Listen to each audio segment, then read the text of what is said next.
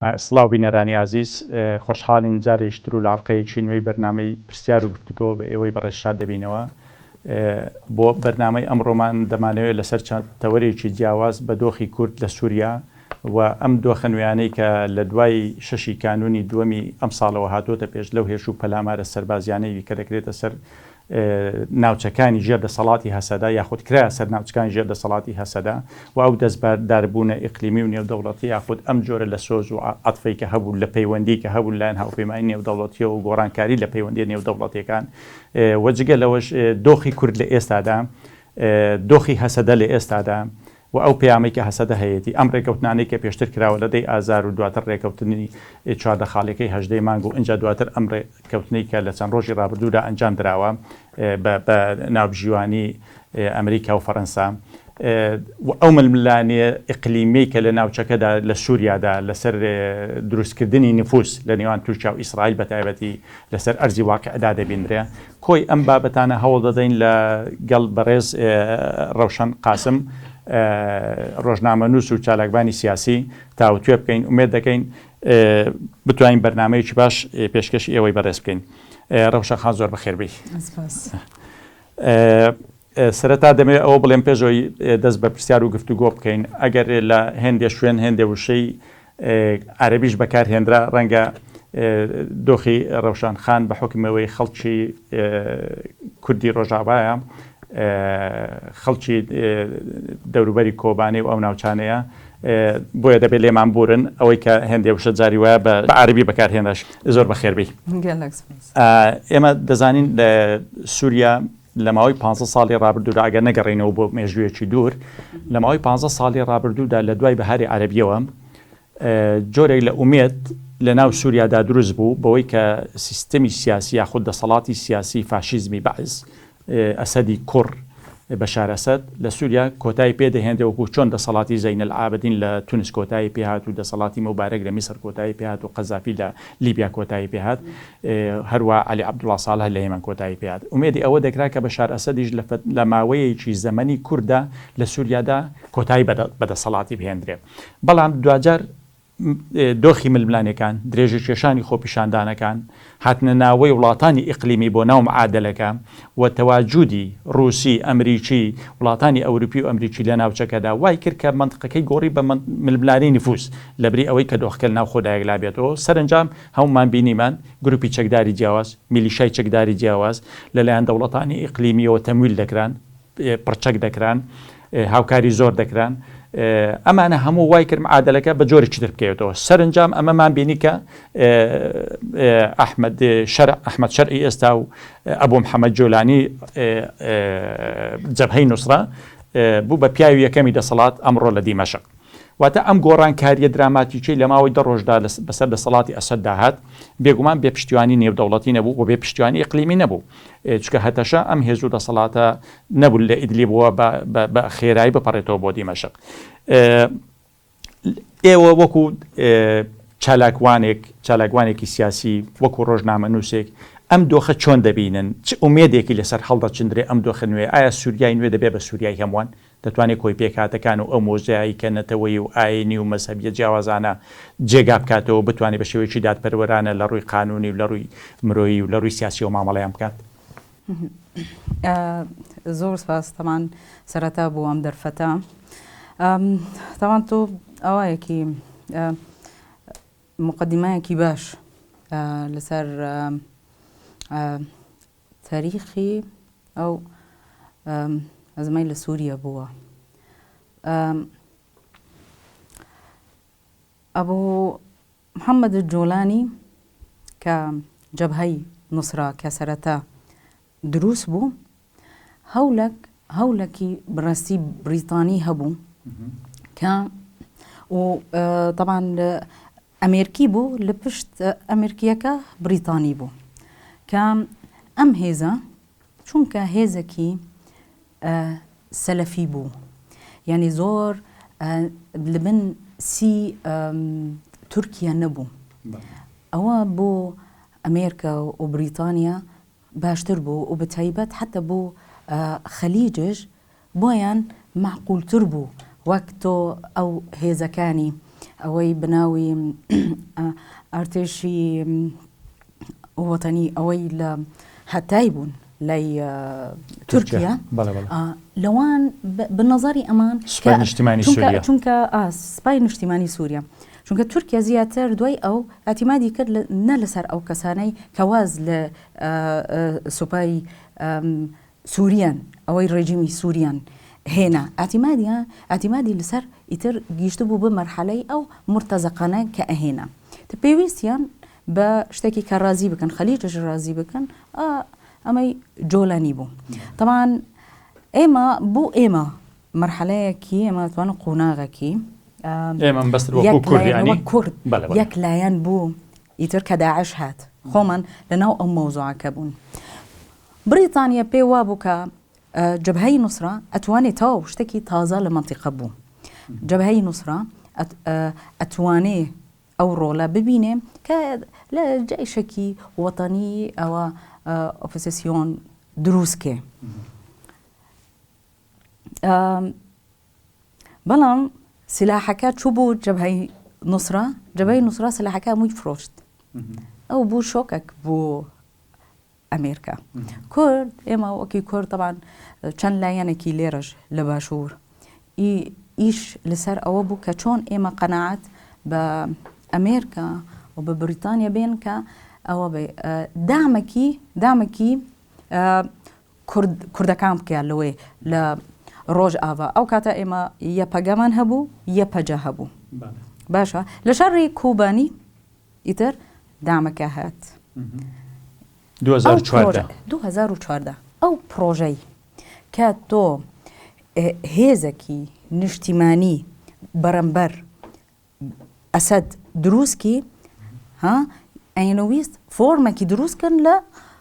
ڕۆژ ئاوا ئیتر لەوێ مەسەلەی قەسەد دەرچوو یعنی کورد ئەوە نەبوو کە خۆی ئەم شتە تەڕحکێ کە ئێمە عەشائری عەرەبەکان بێنن و نازەم چی نا بەڵام پرۆژەیەکی ئەمریکی هەبوو کە هێزێکی نیشتیمانی لە هەموو پێکهاتەکان بتایبەت لە عەرەبی سونە کە نەوامەمە بتوانێ بەرەمبەر ئەتمای تورکیا بوەسێ و بەرەمبەر ئەو مرتەزەقانە ئەیویست جێشێکی سوپایەکی نیزامی دروستکە لەوێ ئێمە سێرمان کرد کە ئیتر قەسەد یا هەسەدە دروست بوو دەبوون دوو هێزی یعنی دوو ناوچەی ئەتوانم بڵێن دیفاکتۆ لە منطقەکە ناوچەیەکی ئەوەنە جەماعەتی جۆلانی بوون ئەدلب منطقەی محەرەر منطقەیەکیژی تورکیا لە بن دەستی تورکیا بوو منطقەیەکیژی ناوچەیەکیژی بن دەستی کورد بوو ئیتر عەرەبیش تیا بۆ دێرزۆر و ئەمانەش تیا بوو ئێستا وەزعەکە بە ئەو ئالۆزیە ئەسڵان لەو کاتە هەبوو ئەو هەموو ئەوەنەی یاریانە کرد لە ناو سووریا بە شێوەیەکی زۆر بە هاسان تۆ ناتوانی ئەو خەونە ڕۆمانسیەکان ئێمە بتەدی لەسەر عەرزی واقع ئەوە زەحمەتە تر ئێستا بڕای من ئەم ئیتیفاقیە یانێ قەسەد ئەوە پێمە ناخۆش نەبێ ئێستا دێنە سەر ئیتیفاقەکە لە دۆخی سووریادا ئێمە دەزانین لە کورد یەکێک بوو لەو پێکهاتانە یاخود لانی کەم ئەگەر نەڵێن کورد وەکو هەسەدە ناویبێنین هێزەکانی سووریای دیموکرات لەبەری تەنها لە کورد پێک نەهات بوو پێکهاتەی عەرەب زیاتر لە 160 پێکهاتەی هەسەدە لە پێکهاتەی ئەمە لەسەر تەڵەبی ئەمریکیەکان بەڵێ یعنی هەسەدە لە دۆخێکی بەهێزدا بوو تا بەر لە هاتنی بڵێن بەر لە ڕوخانی ئەسەد لە دۆخێکی باشدا بوو نفوزێکی گەورەی هەبوو جوگرافیایەکی زۆری لەبەردەستدا بوو ناوچەیەکی ئابووری لە ڕووی ئابووریەوە ناوچەیەکی دەوڵەمەندی لەژێر دەسەڵاتدا بوو لە ڕووی سەرچاوی ئاوە ناوچەیەکی دەوڵەمەندی لەژێر دەسەڵاتدا بوو ناوچەی سنووری گرنگی لەژێر دەسەڵاتدا بوو واتە هەسەدە هێز بوو بەڕاستی قووەتێکی هەبوو و هەمان کات پشتیوانی هاوپەیمانی نێودەوڵەتیشی هەبوو پرچەک دەکرا چەک وەسلحەی دەدرا مەشقوڕاهێنانی پێدەکرا دەپارێزرا لە ئاسمانەوە ینی کۆمەڵێ شت هەبوو کە دڵخۆشکەر بوون بۆیکەوە ئەزمموی خۆ بەڕێوەبەری یاخود ئەزمموی خۆسەری ئەم ئەزمموی کە لە ڕۆژاوا هەیە بە ناوی هەسەدەوە ئومێدێکی گەورە بوو بۆ هەموو کورد کە بتوانن لە خەونێکی دێرینی ئێمە خەونێکی مێژووی کورد لەم بەشەی کوردستان تحقیق بکات. بەڵام ڕووداوەکانی دوای شەشی کانونی دووەم و پەلاماری دەستکرانەوەی بڵێن ئەحمەد شەرع لەلایەن ئەمریکا و لەلایەن وڵاتانی هاوپەیمان و لەلایەن تورکیا بە پلەی یەکەم جگە لە هاوکاری سعودیە و قەتەر و ئوردون و ئەوانە کە پەلاماری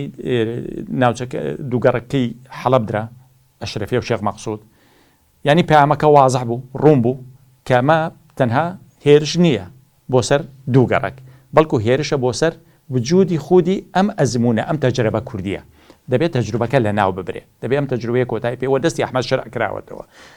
ئێمە زانیمان چیرۆکەکە وابوو هەسەدە بە جۆرێک لە جۆرەکان لە مەحاڵی بوو پاشەکشەی کرد لە دێر حافر و ئەو ناوچانە یعنی تۆ بە قەناعەتی تۆ بە ئێمە ببێتە بە گفتوگۆ یعنی تۆ بە قەناعەت وایە کە ئەم شتایی کە بوو دژ بە هەبوونی کورد بوو بەس من بەرەئی وانە بوو چونکە مەبەستی منەوە بوو ئەفون دەکەی مەبەستی منەوە بوو تۆ پێت وایە ئەم مەترسیە لەسەر کورد بەکوێ دەگات ینی مەترسیەکە گەورەیە ئێستا ئێمە هەمومان دەزانین ئیتفاقیات کراوە پێشتر دەی ئازار هەبووە ئیتفاقی چواردە خاڵەکەی هەژدە مانگ هەبووە و ئەم ڕێکەوتنەی چەند ڕۆژی ڕابردووش هەیە کە بەحساب بەناوبژیوانی ئەمریکی فەڕەنسیا تۆ پێت وایە دوای هەموو ئەو ڕێکەوتنانە ئەم هێرش و پەلام کوردەکان ئێستا چوونەوە ناوچەکانی نفوزی کوردی ناوچەی دەسەڵاتی کوردی وەڵەو هێندێک گۆڕانی دیموگرافی زۆر کراوە ناوچەکانی سەرێکانی و ئەو ناوچانە دابران دروست بووە لە بینی کۆبانێ و لە بینی قامیشلە و حەسەکە ئەین دابرانێکی گەورەی دیموگرافی دروست بووە تۆ پەیوەندی بڕاو لەو ناوچاندا پێت وایە ئەزمونە بەرەو چێ دەڕوە ئێستا شتێک ماوە ناوی هەسە دەبێ بەفعلی ئاخر بەس ئەو ئەزمونەی کە هەبوو لە ئەو ناوچانەی کە بناوی ئەوە بوون بناوی باکوور و ڕۆژهەڵاتی سووریا ئەزمموی کورد نەبوو ئەزمونونەکە کورد نەبوو ئەم ئەزمونە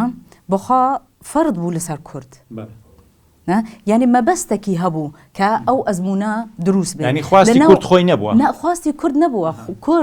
کورد پەیوەندی چییە بە دێر زۆر و ڕق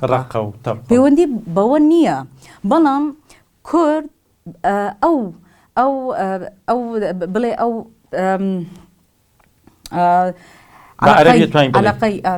علاقەی لەگەڵ ئەمریکا تۆ ناو ئەو شەڕە گوت باشە ئێمە لەگەڵ ئێوە شەڕ دەکەن لەو منطقانەی کە عەرەبی و مەترسی زۆر گەورەی هەیە کە داعش لەوێ بێ دێر زۆر و ڕق باوەڕ بکە دێر زۆر و ڕقە هەر عەرەبەکان خۆیان حکمە نەکرد بەس لەبن سی هەسەدا لە ژێر ناوی هەسەدا کورد نەبوو ئەسڵان ئێمە حتا لە ناوچەکەی کوردش لە قامشلە و لە حەسەکە بەلکی هەندێک کورد ناڕازی بوون کە بەلکی تۆ بێژی یانێ هەنێکی عەرەب ڕازی دەکردن لەسەر حسابی کورد ئەمان هەموو مەطلەبی ئەمریکی بوو بەس لەگەڵ ئەوە کورد استیفادەی لەو ئەزمونەی کرد بچی مؤسساتی خۆی دروست کرد مەکتەبی دروست کرد یعنی سوپای دروست کرد سوپایی دروست کرد زانکۆی دروست کرد ئەوەنە ئێستا ئەوەنە خبراتمان هەیە علاقاتی زۆری دروست کرد یعنی ئێمە ڕاستە چوون لە ناو ئەو شەڕە بەلکی زۆر خەڵک دەبێژێ باشە کورد یعنی ڕخنەیەکە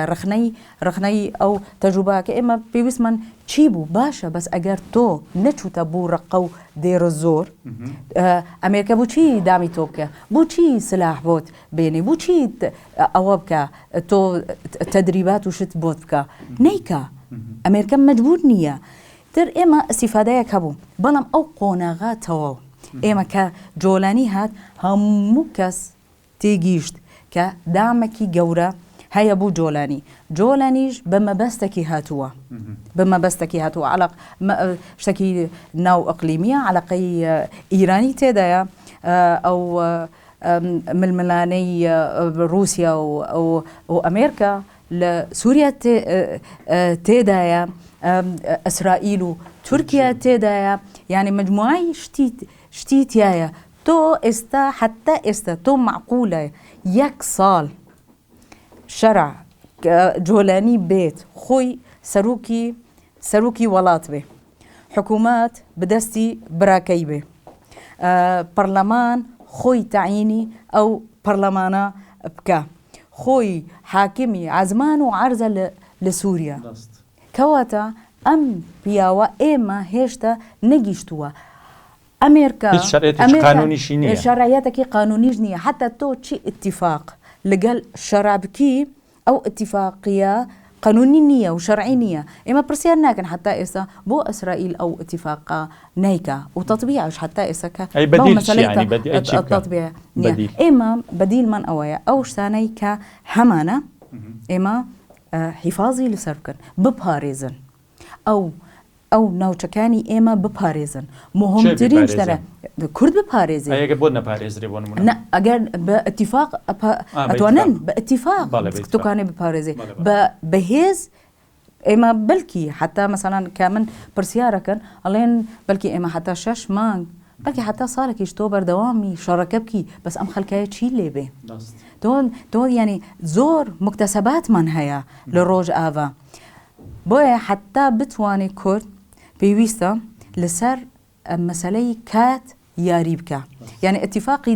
دەی ئازار کورد ئەتوانی هەواڵ مەزلوم ئەتوانی ئەوە بکە یاری لەسەر مەسەلەی کات بکە حتا ساڵێکی طبعا تورکیا خۆی مخەتەتەکەی دانابوو کە کۆبانی ببێ یعنی سقوط بە کۆبانی بێنێ بەڵام باش بوو کە ئەم شتە نەچوو سەر وەلا تورکیا زۆر بە ئەسراری ئەیویست کۆبانی نەمێنێ قەینا ئەو منطقە بچووکەکە ئەمێنێ مەسەڵەن حەسەکە قامشلی ئەوە ئیتر هەرەوەنا بەس یعنی ئەو زەختەی دووەلی ئەو یعنی ئەوەی دووبلماسی براسي أو اتفاقية يعني أو نيزيك بوناي ما بيني روجافا وباشور قياداتي باشور قال لك كاريجري هبو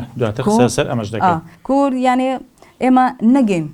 أو قناغي أو مترسي إما دزان لماوي كمتر لصالك دا سي اتفاقية لبيني كردو لبيني هسدو بلين دمشق كراوة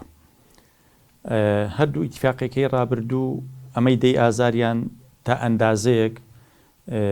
دەکرێ بڵێن کەمێ باشتر بوو بۆ مافەکانی ئێمە بەراورد لەگەڵ ئەمەی هەژدەی مانگ لە ئەوەی دەی ئازار باسیەوە ناکا کە کورد یان هەسەدەم بە شێوەی فەردی ئەنی تێکەڵ بە سیستەمی عسکەری سووری بێتەوە وەزارەتی بەرگری بێتەوە بەڵام لەوەی هەژدەی مانگ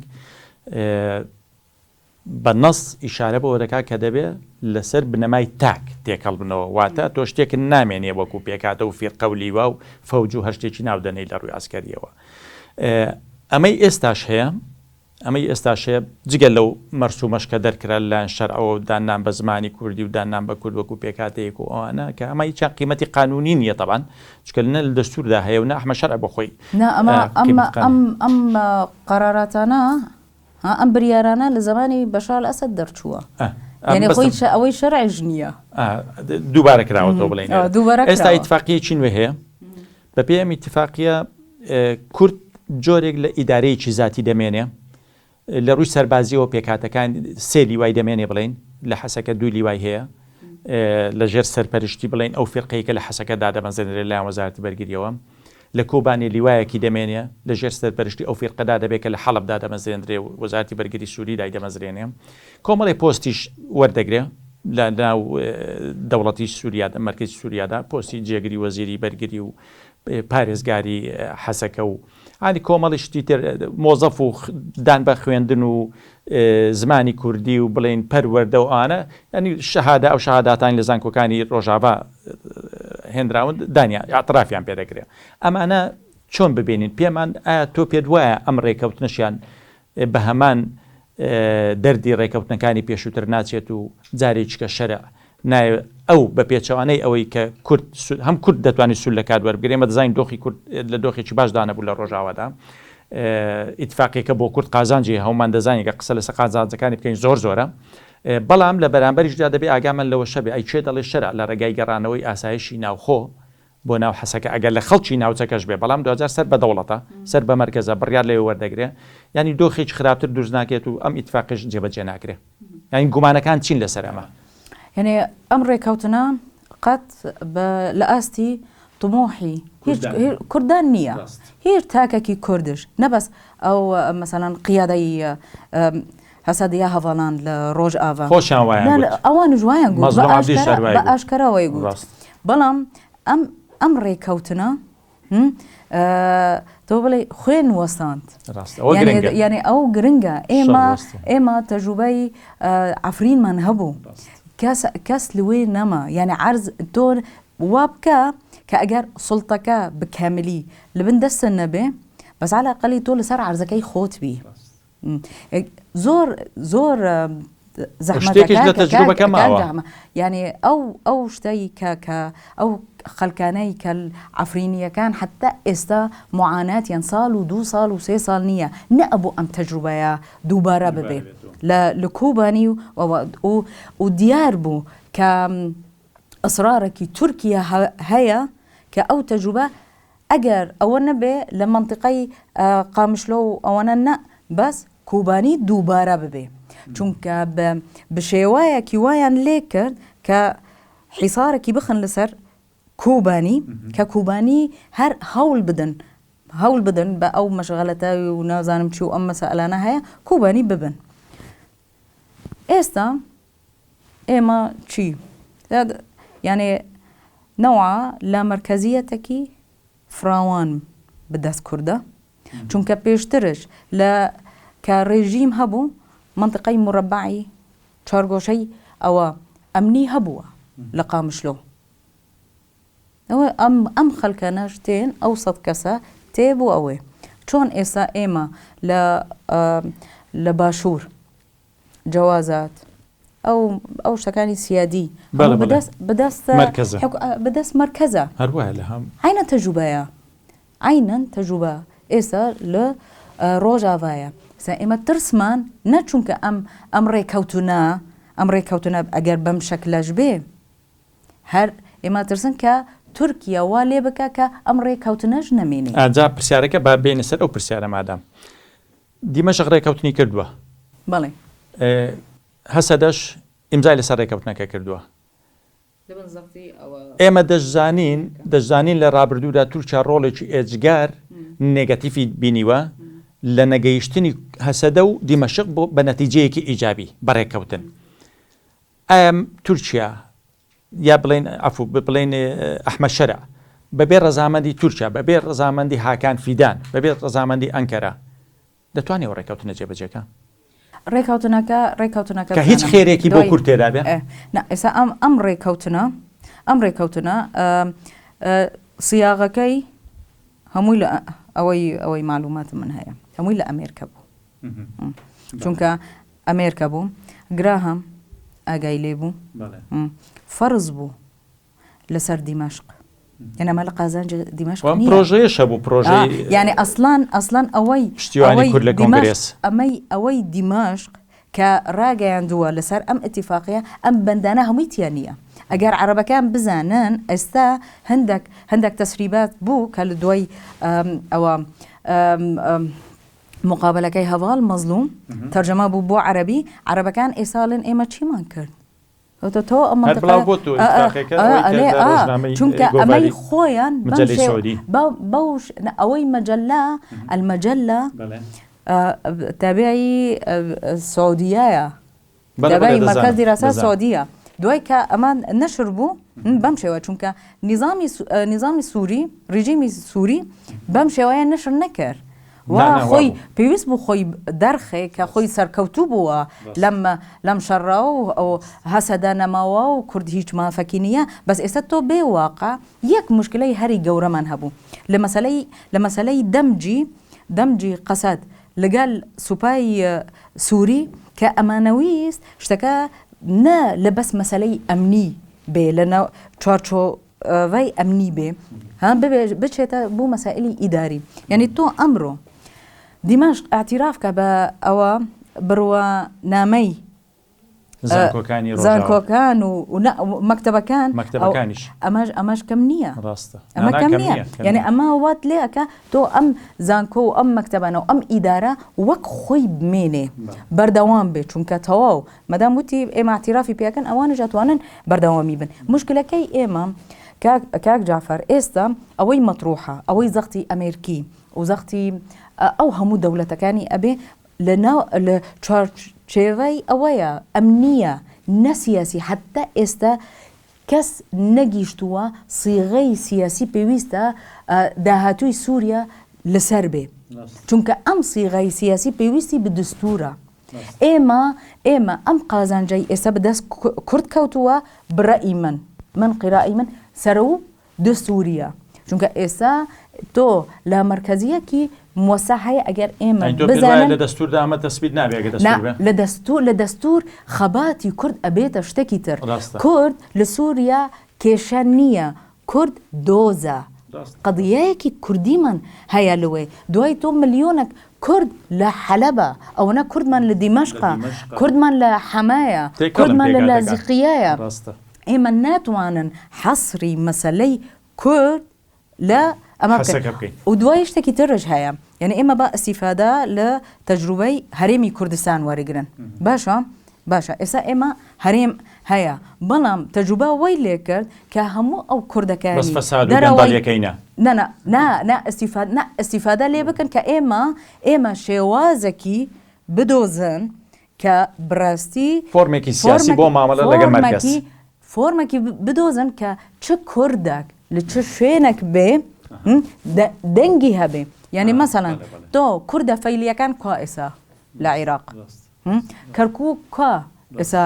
لە عێراق خانەقین کەواتە ئێستا دۆزی خەبات شتێکی تر بەڕائیمان ئێمە زۆر باشە ئێمە لە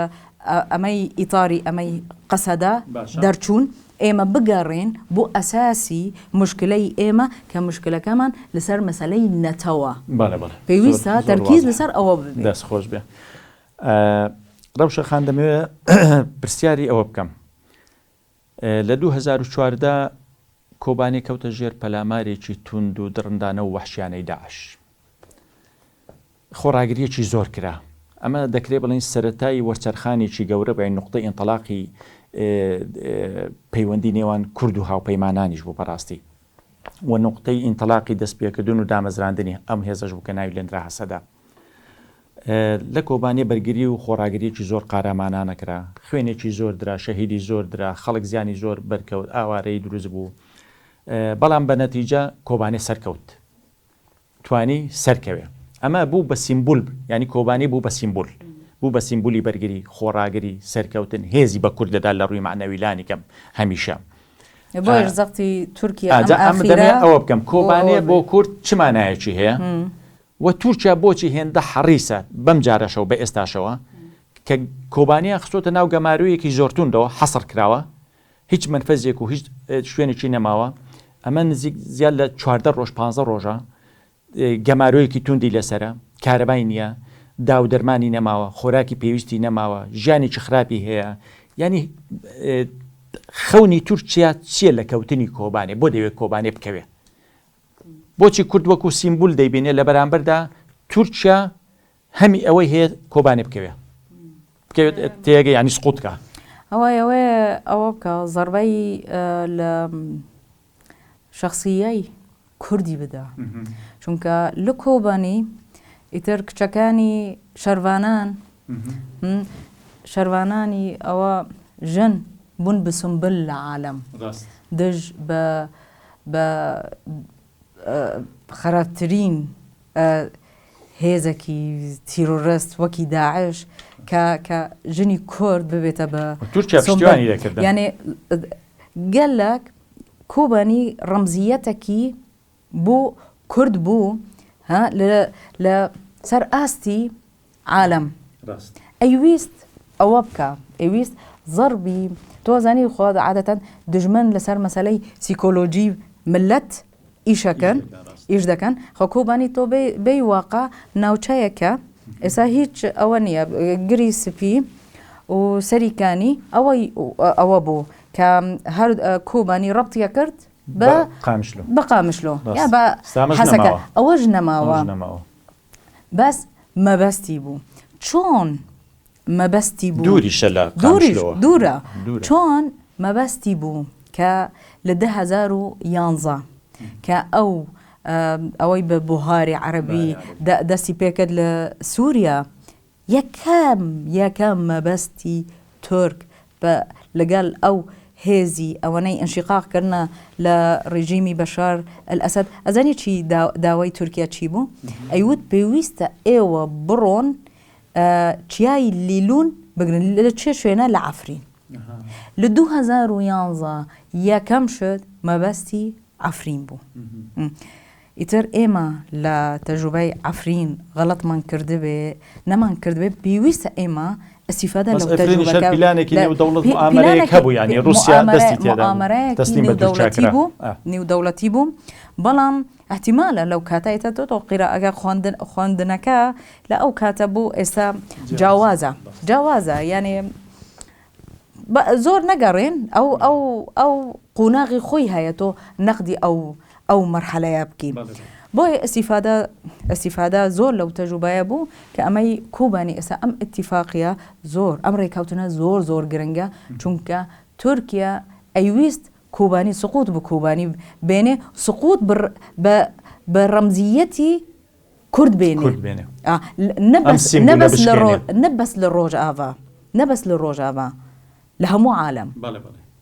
ئەوە بوو مەبەستی ڕاست ئەم ڕێککەوتنەی کە کراوە دوایین ڕێککەوتن بەپێی ئەم ڕێککەوتنە بەحساب ئەمڕۆ دەبێت هێزەکانی ناوخۆی ئاسایشی ناوخۆی دیمەشق بچنە ناو حەسەکەوە ئەم ڕێککەوتنی بڵێن دیمەشق هەسەدا بە باوەڕی تۆ چ کاریگەریەکی بۆ سەر بەشەکانی دیکەی کوردستان دەبێت ینی بۆ سەر باشوور بۆ سەر باکوور بۆ سەر ڕۆژهەڵاتی کوردستان و بۆ سەر ڕۆژهەڵاتی ناوەڕاست بەگشتی پێ دوایە تەسیراتی ئەم ڕێککەوتنە شوێن و کاریگەریەکانی لە ناوچەکانی تردا بێندرێت تەسیراتی هەیە ڕاستە بزانە ئێستا ئەگەر ئەم ڕێککەوتنە نەبە ئێمە بەڕوو شەڕێکی نازانن دوای ئەم شەڕە ئەگیشتە بە چی هەلیەتەرە مەسەلەن ترامپ بەو شخصیای ترامپ ئەتوانی قەرارێکی بریارێکی مەسیری ئەوە بکە دەرخێ لە دژ بە کۆمەڵکوژی کورد ئێمە ئەمە نازانن لەو شخصیای ترامپ کەس تێ ناگێن ناخۆندرێت ڕێک بۆیە ئێمە ناتوانن ینی مەجای تیانە بوو من تەلیفۆنمە کرد لەگەڵ خزم و کارم لە کوبانی کاتی ئەو حتا پێش کە شەڕەکە ئیتر هەم ئەوە ببوو لە بەتایبەت لە ئەو گوندانەی دەور و بەری کوبانی نزیکن ئیتر نزیکن لە عەرەب ئەیانگوت ئێمە چاوەڕێ چ ڕێککەوتنێک بێ لەگەڵ ڕێژیمی ئەوە معنەی نییە کە ئەم خەڵکە مۆرالی خراپ بووە یا ئیرادەی گیشتووە ئاسەکی نە ئەوە نییە باس کورد نایەوێت لەسەر عەرزی خۆی نەمێنێ خەتەریاتی خۆمان ئەزانن لە دوای تەجروبەی عەفرین نابێ ئەم تەجروبەیە دووبارە ببێت عەفرین ئێستا مشکلەیەکی زۆر قورسە کەرکووکی لێرێ عەفرین مشکلەیەکی زۆر قورسە مشکلەکەی عەفرینش کە عەفرین گرنگی جیۆسیاسی گەورە هەیە بەنسبەت کورد ئێمە ئەگەن بوو بەحریا بوو دەریا ئەوە کەم نییە بوو کەم نەبوو بۆیە تورکیا زەختیا کرد کە ئەوە بەڵام لەناو ئەم ئەتیفاقیەش مناقەشەی ڕەوشی عەفرین بووە مناقەشەی گریسپی بووە و سەریکانیش بووە کە ئەمە ئێمە لە مەرحەلەی یەکەم کە خەڵکەکان بتوانن بگەڕێن و ئێستا زۆر خەڵکی عەفرین ئەتوانی بگەڕێ ئەم ڕێککەوتنەوە لێ ئەکێ ئەو خەڵکانەی کە پێشتر نە ئەتوانین بگەڕێن چونکە عەلاقەیان لەگەڵ مثلا لەگەل ئیدارەی ذاتی هەبوو یا مثلا لەناو قەسەد بوونی یەپەگە و ئەوەنە احتیمالە ها نەوع تەطبیعێک بێ بۆ وەزعیان بتوانن ئەوانش بگارێن ئەوەی گرنگە بنسبەت ئێمە ئێستا ئافرین چییە ئافرینیەک و هەڤال مەزلوم خۆی داوای کرد وتی چی ئافرینیەک بگارێ بۆ ئافرین چی خەڵکی حەسەکە بگارێ بۆ حەسەکە سەریکانی گری سپی پێویستە ئەو خەڵکانە بگارێن بۆ ئەوەنە دوای مناقەشەی وەزاکە بێ ئێمە بەرۆ ئێستا لەو قۆناغەی کە سووریا منزومەیەکی فقط ئەمنی حکمیەکە یعنی معقولە هێمە هێشتا نەگەیشتوونە دستور خۆمان پێویستە ئامادە بکەن بگێنە ئەو قۆناغی دستور باس بە ئەو شتانەی بەدەستمان خستووە لە دەستمان نەچێ ئەوە مهمترین شتە بەرەئی من لەم قۆناغایە دەستەکان خۆش بێ ئەم پەلامار و مەترسیانی کە هەبوو بۆ سەرێ ڕۆژاوە بۆ سەرە مەزمونە لە دوای شەشی کانون و کانونی دوێمیان ساڵەوە لە شێخ مەقسوود و ئەشرەفیەوە تاوەکو دەگاتە حەسەکە و دەوروبەری کۆبانێ جۆرێک لە کۆدەنجی جۆرێک لە یەکخستنی کۆمەڵایەتی و سایکۆلۆژی و سیاسی لە تەواوی بەشەکانی کوردستان و لە دیاسپۆراش دروست کرد ئەم کۆدەنجێک بوو بەڕاستی دەکرێت لە مێژووی ئێمەدا بە کۆدەنجێکی بێوێنن ناوزەدیکەین ینی کۆدەنجی لەم شێوەیەمان نەبوو تاوەکو ئێستا بەم ئەندازەیە کورد ڕۆژانە بێتە شەقامەکان بەم قەبارە گەورە جەماوەریەوە و بەخواستی خۆی بەوەی تەوجه بکرێت لای حیزبێکی سیاسیەوە ئەوە بێ ئەوەی پەیامی حیزبی تێدا بێت تەنها نقطەیەک کە کۆی دەکاتەوە کوردبوونە پرسێکە مەترسیە تراژیدیایەکە ئەگەری ڕوودانی هەیە ئەگەری قڕکردنی کورد هەیە لە بەشێکی کوردستان تۆ ئەم دیمەنانە چۆن دەبینی ئایا پێت وایە ئەم خۆپیشاندانە گەورانی کە لە سلێمانی لە هەولێر لە قەڵاتزێ لە ڕانیە لە هەڵەبجە لە شارە جیاوازەکان لە ئەوروپا لە لەندەن باقی وڵاتانی تری ئەوروپا ناو نەهێنین ئەو هەموو کۆبوونەوەی کوردانە چ کاریگەریەکی دانا لەسەر ئەوەی کەوە لانی کەم هەم دنیا جۆرێک لە ئیسیجابەی هەبێت بەرامبەر بەپرسی ئێمە و هەم ئەم فشارانی کە ئێستاش لە ناو کۆنگرێسی ئەمریکی لا لینسیگرا هەموو بەشێ لە هاوڕێکانی هەیە بۆی کەوا پرۆژەیەک بە قازانجی کورد پرۆژەی کورد پێشکەش بکەن و کە لە دەی مانگ بڕیارە بچێتە ناو کۆنگرێسەوە ینی ئەمانە پێت وایە کاریگەریان لەسەرما هەبوو ئەم خۆپیشاندانانە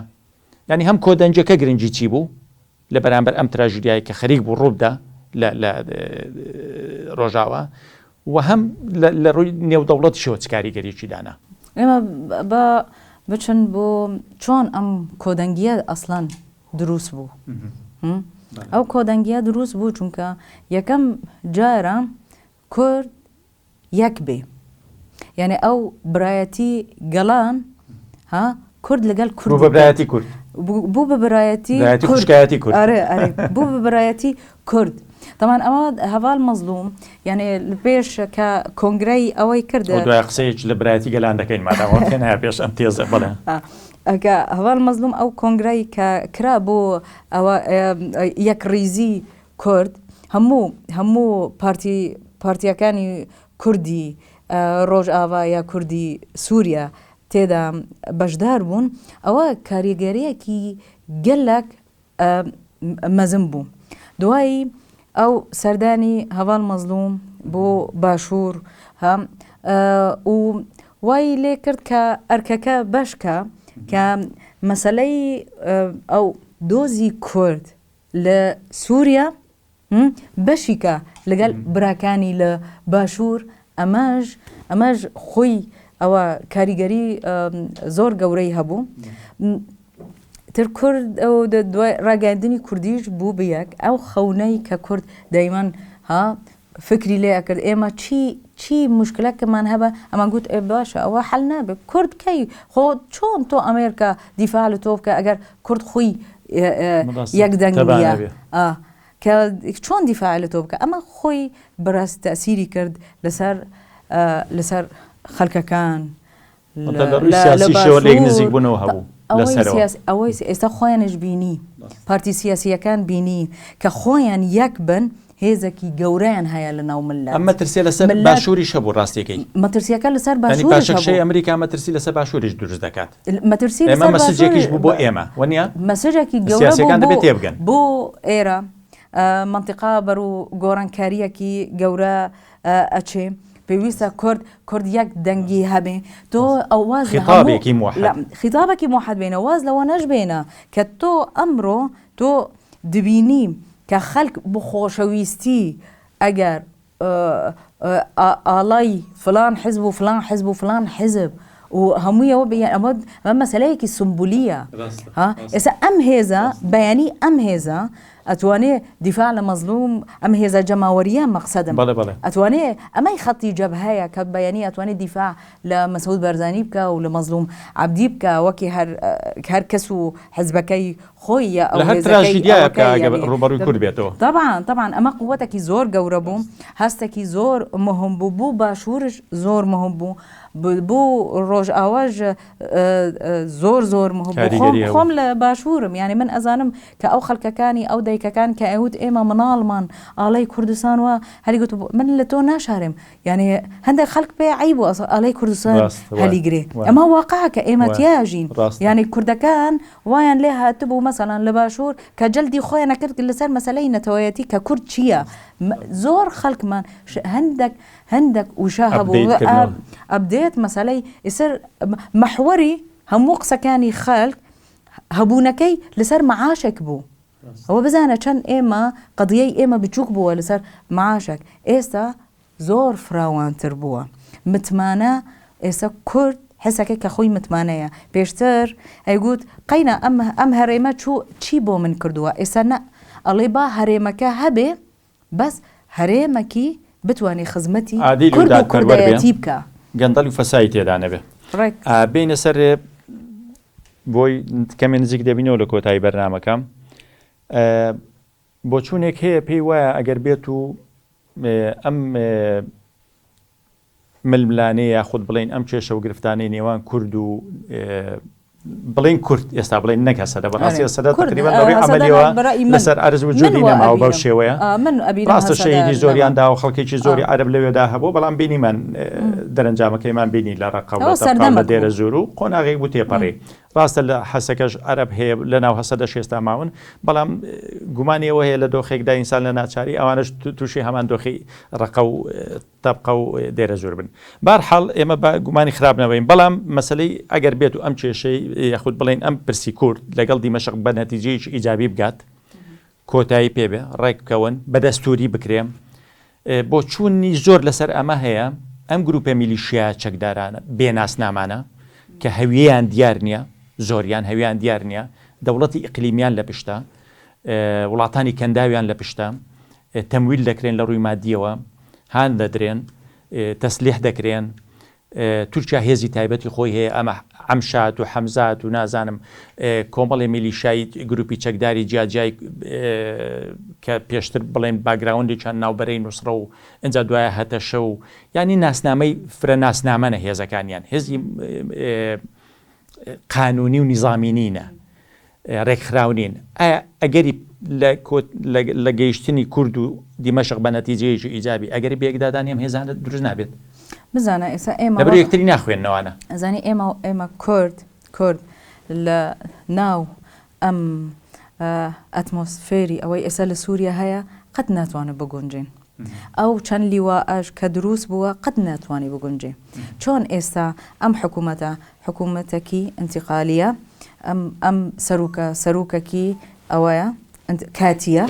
کاتیە ئیتر مەرحەلەکە وایە کورد ئێستا پێویستە کورد ڕۆڵێکی وەتانی نیشتیمانی ببینێ مهمە زۆر گرنگە ئەو کۆنگرەی کە لە قامشلی کرا هەموو ئەو مکەویناتانەی ئەوەی تیا بەشدار بوون دورزی علەوی ئەمانە ئەو لەگەل ئەم سونەی معتەدل پێویستە ئێستا ڕۆڵێکی وا ئێمە ببینن طبعاً ئێمە کە لە کاتی ڕێژیمی بەشار لە ئەساد کورد هەر وایە نەگوت ئێمە خەتی سیەممان وەرگرتووە وانيا إيسا برأي من وابينم كائتر خطي سيام نما چونك تو لناو معان ناتواني اگر تو توي بياني سورياكي ديمقراط ما في تو دستوركي عادلانه هبه تو بيويستا إيشكي لقال مكوناتنا وأم معارضي أوي هيا إسا باشا أم شيء إسا بوا أمري كوتنا كل شيء إشكردني نبو راستي أوي كناتوان لقال إيشكا أوانا برامبركي مقابل ناتوان تونابيني وكورت أمام إما أمري كوتنا كي براستي كاتيا تو ناتواني بلكي بين وقع عرب دبيجان بين ليلة وضحاها هي أو أصلا أو هيزاني كهيرشي كرديان كردبو هذي شرع نين أو فصائلنا كانت تابعي تركيا تركيا تحكمي بيانك زعما أجري روداني شرين أو خضر الذكاء زور بريار لا سوريا بدستي أونية بدستي شيبانية يعني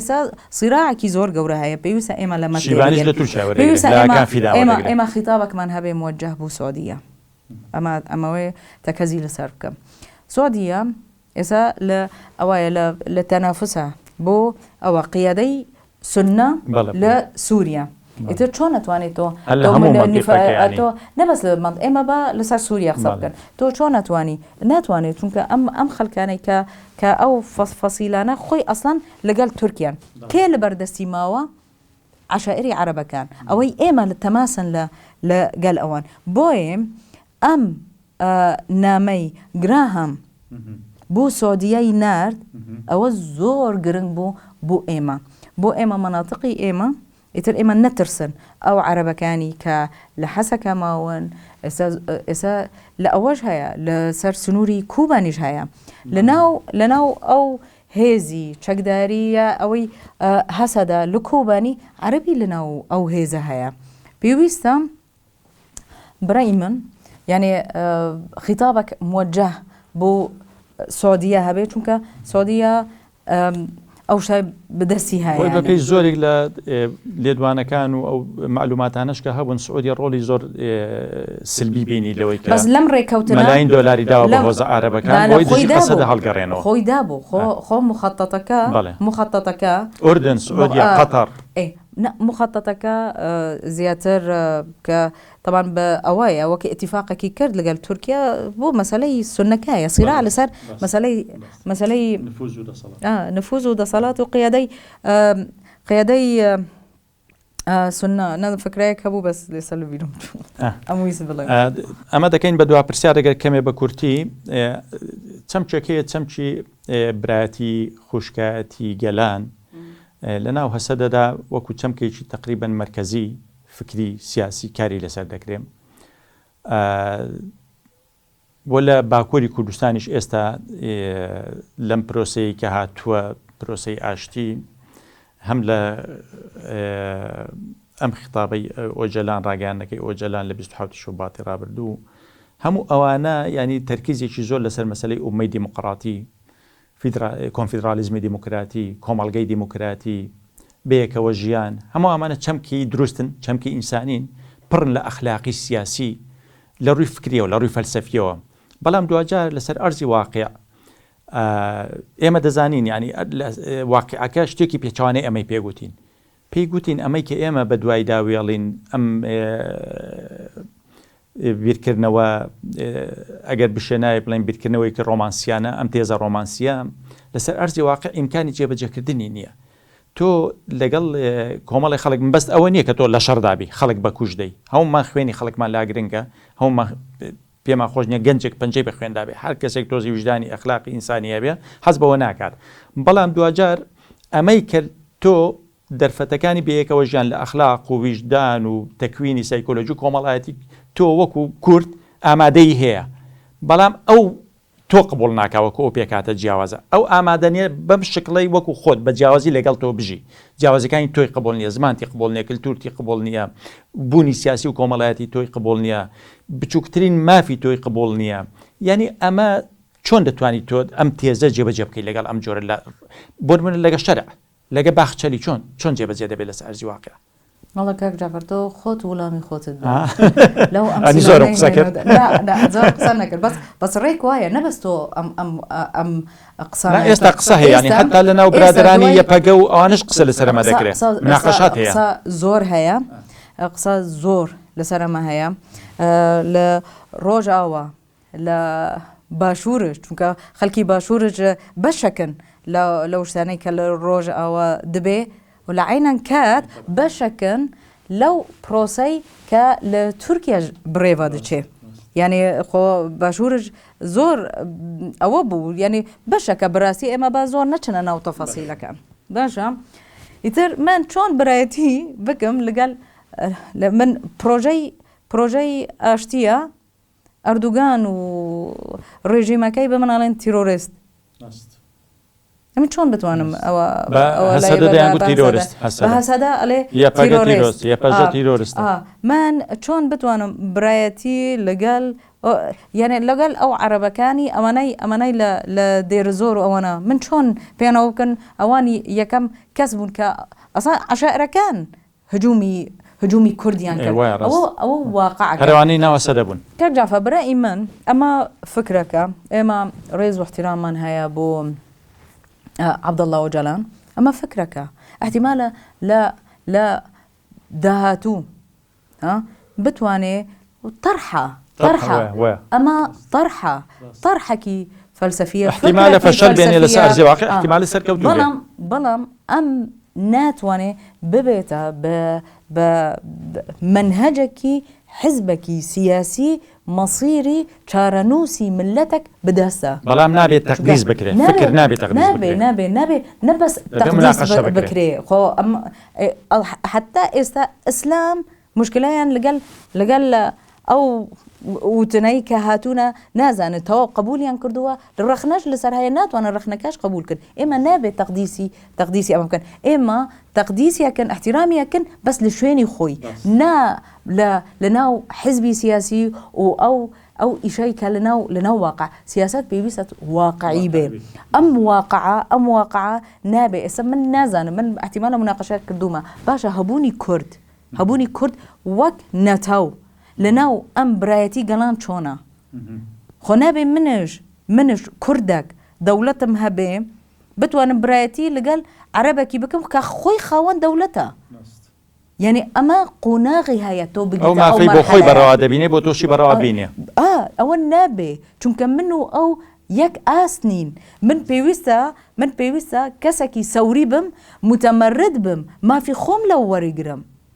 چونکە مستحیلە ئەزانی یعنی شتەکە بە عەقڵجی ئەگەر تۆ فکر لێ بکی ئەوە ئێستا من پێم وایە ئێستا کاتینە و بتایبەت ئەم خیتابە بۆە خیتابێکی ئستفزازی خەڵکە خەڵک ئیستا پێ ئستفزازە بێ یعنی ڕۆژ ئاوە استفزازی هەیە موسەقەفینی ئێمە ڕەوشەنبیری ئێمە ئەوەنەی هەتا لەناو بواری سیاسا چالاکبانی سیاسی استفزازە بن بەم خیتابێکی استفزازیە چونکە کورد وە حسەکە کە لەسەر حسابی خۆیە شخصیەی خۆیە پێویستە خۆی